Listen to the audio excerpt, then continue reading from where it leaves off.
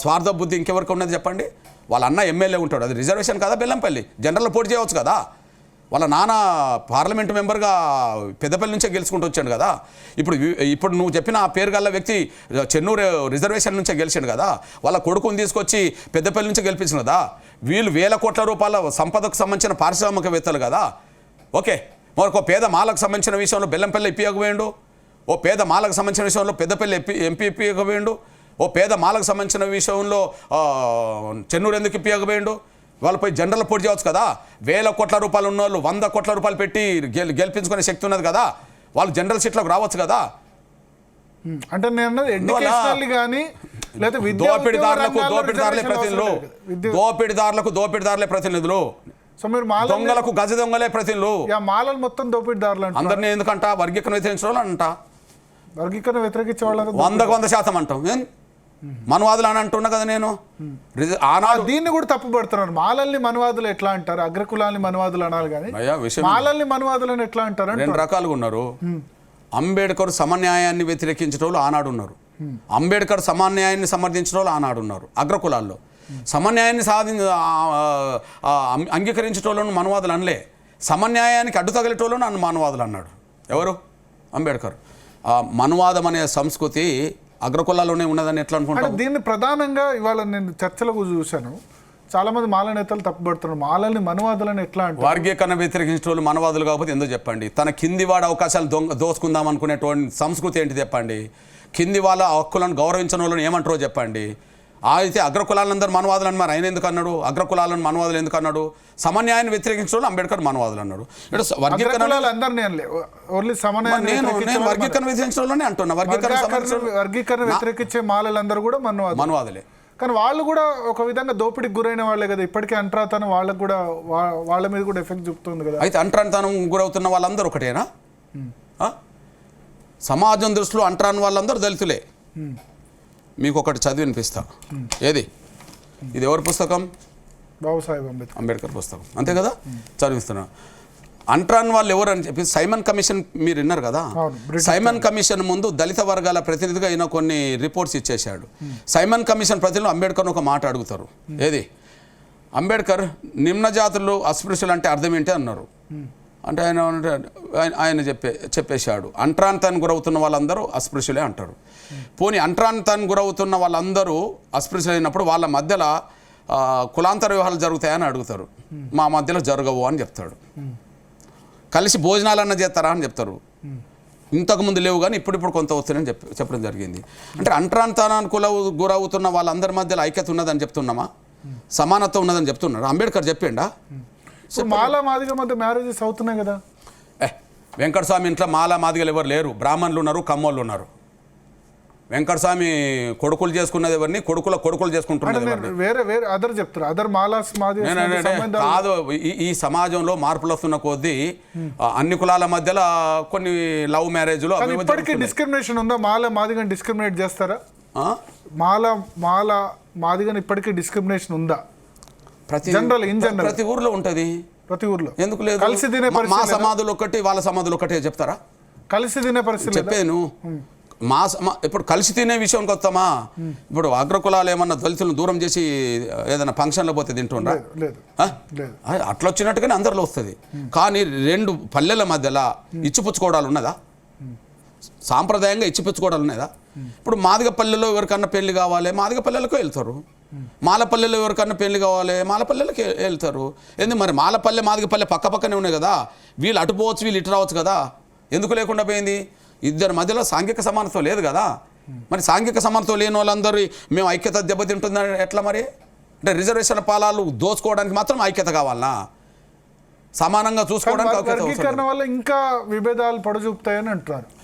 ఇప్పుడు బీసీల వల్ల ఇంకా మన సమాజంలో బీసీలు ఉన్నారు. ఇక్కడ బీసీలందరూ వాళ్ళ కులగణన కోసం ఒక తాటి మీద నిలబడి పోవటం చేస్తున్నారు. అంటే ఏబిసిడి వర్గీకరణ బీసీలో ఉన్నది కదా. బీసీలో ఏబిసిడి వర్గీకరణ ఉండి ఎవరు వాట వాళ్ళు అనుభవిస్తూ ఉమ్మడిగా రిజర్వేషన్లు పెరగాలంటే, ఉమ్మడిగా ప్రాంతం పెరగాలంటే కలిసిపోవటం చేస్తున్నామని చెప్పి కులగణన గురించి డిమాండ్ చేస్తుండ్రు, ఇతరాతర గురించి డిమాండ్ చేస్తుండ్రు కదా.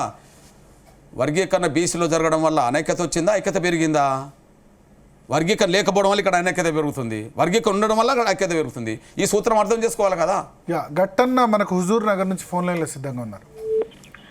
హలో నమస్కారం మందకృష్ణ అన్న, నేను బరిగే కట్టన్న, హుజురాబాద్ కరీంనగర్ జిల్లా హుజురాబాద్ నుంచి మాట్లాడుతున్నా. బ్రదర్ నమస్కారం అన్న, మీరు చేస్తున్న పోరాటం ఈ 30 ఏళ్ళది కాదు, ఈ 70 ఏళ్ళ నుంచి కూడా జరుగుతున్న పోరాటంలో మన మాదిగలందరూ విజయం సాధించాలని కోరుకుంటున్నాను. మీకు సపోర్ట్ గా ఉంటున్నాను పూర్తిగా. Okay okay brother, thank you. Satish Hanamkonda నుంచి. అన్న కృష్ణ నమస్తే అన్న. నమస్కారం బ్రదర్. అన్న నేను బంక సతీషే హన్మకొండ నుంచి. బ్రదర్ నమస్కారం. నమస్కారం చెప్పండి. అన్న నమస్కారం. చిన్నప్పటి నుంచి అన్నగారు ఉద్యమాలను చూసుకుంటా మేము పెరిగిన వాళ్ళం. నేను బీసీ సామాజిక వర్గం గొల్ల కమ్యూనిటీకి సంబంధించిన వాడిని. ఓకే. మందకృష్ణని అడిగేటటువంటి ఏదైతే నాకు ఊహ తెలిసినప్పటి నుంచి వర్గీకరణకు మేము కట్టుబడి ఉన్న వాళ్ళం. మేము ప్రతి ఉద్యమంలో అన్న చేసిన ప్రతి ఉద్యమంలో ప్రతి మీటింగ్లలో మేము అందరం ఉన్నోళ్ళం, ప్రత్యక్షంగా చూసిన. మీరు మాదిగల మధ్యలో ఐక్యత ఉన్నదా లేదా అన్నట్టు అది ఇప్పటి నుంచి కాదు, వెనకటి నుంచి మేము అందరం గమనించుకుంటున్నాం. మాదిగ కనిపిస్తే ఒక రకంగా మందలిస్తారు, మాల కనిపిస్తే ఒక రకంగా మందలిచ్చేటోళ్ళు మళ్ళీ. Okay okay. సో ఇప్పుడు ఒకటి ఏంటంటే అగ్రకులాలు చిచ్చు పెడుతున్న ఇద్దరి మధ్య ఈ వర్గీకరణ ఉద్యమం కూడా అగ్రకులాలు పెంచి పోషిస్తుంది అని మాలలు అంటున్నారు. ఇప్పుడు అసలు జాబ్ ఆపర్చునిటీస్ లేవు గవర్నమెంట్ సెక్టార్లో, ఎంప్లాయ్మెంట్ ఎడ్యుకేషన్ ఆపర్చునిటీస్ లేవు, ప్రైవేట్ రంగంలో రిజర్వేషన్స్ గురించి కొట్లాడాల్సింది పోయి ఇక్కడ మనలో మనమే కొట్లాడితే ఎట్లా అని అంటున్నారు. ఇప్పుడు ఈ మూడింటికి సమాధానం చెప్తా. ఇప్పుడు అగ్రకులాలు సపోర్ట్ అంటే మన నా తమ్ముడు ఇప్పుడు బీసీ కదా, సపోర్ట్ చేస్తున్నాడు కదా. అందుకని అదర్ క్యాస్ట్ సమాజం యావత్తు మాలేతర దళిత కులాలందరూ వర్గీకరణ కోరుతుంటారు. నంబర్ 1. మాలేతర మొత్తం అన్ని వర్గాలకు సంబంధించిన సమాజం అంతా వర్గీకరణకు మద్దతు ఇస్తుండ్రు. నంబర్ 2. ఇక పోతే మీరు రెండో పాయింట్ అన్నారు, అసలు ఉద్యోగాలు లేవు కదా దేని గురించి ఎందుకు పడటం అంటారు. ఉద్యోగాలు లేని కాడ అడ్డం ఎందుకు పడతారో చెప్పరాదు. మరి ఉన్న పరిగన్న ఏరుకొని తింటాం మేము, ఉద్యోగాలు లేవంటున్నావు కదా, పంట అంతా మీరు తిన్నారు, పరిగన్న మేము తింటామని మాకు వర్గీకరణ పరిగన్న రావాలని మేము కోరుకుంటున్నాం. పంటంతా మేము తిన్నామని వాళ్ళు ఒప్పుకోవట్లేదు. దాన్ని కమిషన్ చెప్తున్నాయి, వాళ్ళు ఒప్పుకోవడమే ఉన్నది. నేనేమంటే వాళ్ళు ఒప్పుకోవడం ఏంది, కమిషన్ చెప్తున్నాయి కదా. అంటే ఇప్పుడు గత 10-15 సంవత్సరాలుగా చాలా సినారియో వాళ్ళకి దమ్ము ఉంటే వాళ్ళకి ధైర్యం ఉంటే ధైర్యం ఉంటే రేవంత్ రెడ్డి గారి సర్కార్ మొన్ననే 11,000 టీచర్ పోస్టులు భర్తీ చేసింది. అందులో 16,650 పోస్టులు ఎస్సీలే కదా. ఓకే, శ్వేతపత్రం ప్రకటించమని చెప్పి డిమాండ్ చేయమని నేను డిమాండ్ చేస్తున్నా కదా. అఫీషియల్ గా వాళ్ళు తీయాల్సిందే కదా. 1600 మంది సెలెక్ట్ అయిన వాళ్ళు పెద్ద విషయం కాదు. అట్లా కాదు, నేను డాటా తీసి నేను అంటున్నా 70% మాలలు తిన్నారని. అంటే మీరు ఎగ్జాక్ట్గా నేమ్స్ నేను ఇక్కడ ఒక సలహా ఇస్తుంది ఏంటంటే, మీరు ఆ 1600 మంది పోస్టింగ్ వచ్చిన వాళ్ళది ఎగ్జాక్ట్గా డాటా తీసి ఊరు వైజ్ తీసి పలానా ఇది మాది కమ్యూనిటీ ఇంతమంది, మాల కమ్యూనిటీ ఇంతమంది అని చెప్పి ఇస్తే కనుక, మీరు డాటా బ్రేకప్ వైజ్ జిల్లా వైజ్ కనుక ఇస్తే కనుక డెఫినెట్గా అది కూడా ఒక ఎగ్జాంపుల్ ఉంటుంది.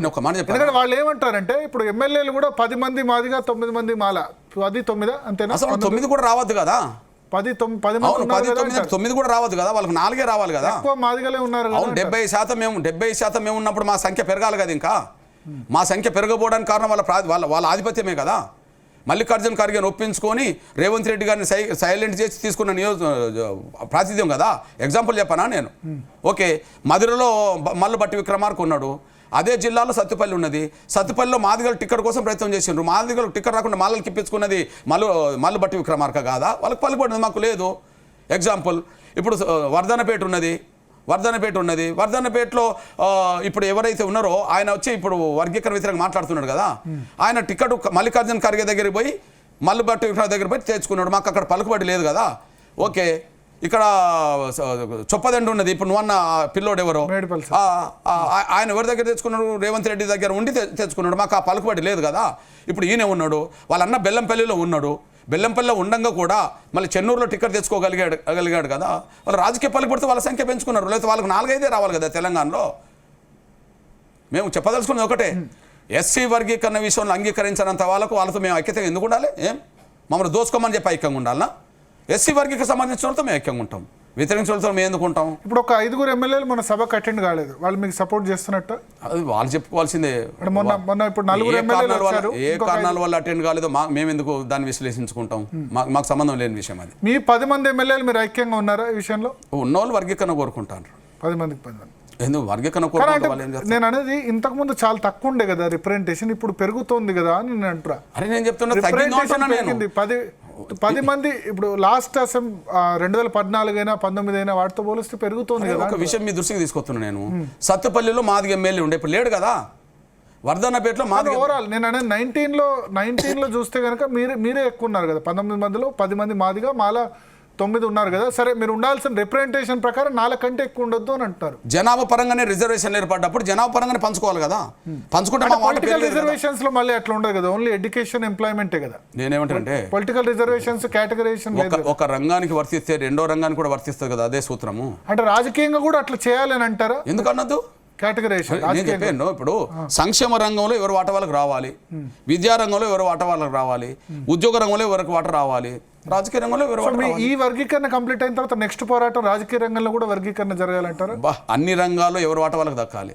ఓకే, ఒక రంగంలో ఏమున్నది? ఇక ప్రైవేట్ రంగంలో రిజర్వేషన్ అంటున్నాం. నేను అంటున్నాను 58 కులాలు వర్గీకరణ కోరుకుంటున్నప్పుడు మీరు అడ్డం పడకపోతే, మీరు సహకరిస్తే, వర్గీకరణ తొందరగా కంప్లీట్ చేసుకుంటే మనం అన్న ప్రైవేట్ రంగంలో రిజర్వేషన్ గురించి అందరం కలిసి కొట్లాడవచ్చు కదా. ప్రైవేట్ రంగం రిజర్వేషన్ల గురించి మాట్లాడే వీళ్ళు దీన్ని అడ్డపడకపోతే దాని మీద అందరం ఉంటాం కదా. ఇప్పుడు కలిసి పని చేస్తే కొంత రిజల్ట్ వస్తుందని చెప్పనా? అంటే మీరు కొంత మాలల మీద హార్ష్ వర్డ్స్, కఠినమైన పదాలు కనుక ఉపయోగించకపోతే పెద్ద ఇష్యూ ఉండదు కదా. మీరు కఠినమైన పదాలు, మనువాదులు, మాలలు ఇట్లా ఉపయోగించడం వల్ల ఇంకొంత వాళ్ళు రెచ్చిపోవట్లేదంటారా? తిండి తిన్నోడికి ఒక ఆలోచన ఉంటుంది, ఆకలైన వాడికి ఒక ఆలోచన ఉంటుంది. 30 ఏళ్ళుగా మా ఎంబడి పడుతున్నారు. ఏ ఉద్యమం 30 ఏళ్ళు లేదు ఈ దేశంలో. ఏ ఉద్యమం 30 ఏళ్ళు బతకలేదు. ఏ ఉద్యమం ఇక్కడ బతుకుంటూ వచ్చేసాం. కష్టాలు పడ్డాం. లే మధ్యలో బ్రేక్ వచ్చిందిగా.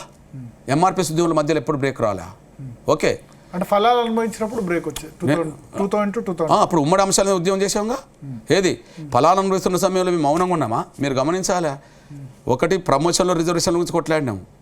2, అత్యంత దేశంలో ప్రపంచం లెక్కలేని ఒక విధానానికి రూపకల్పన చేశాం. అదే గుండె జబ్బల ఉద్యమం.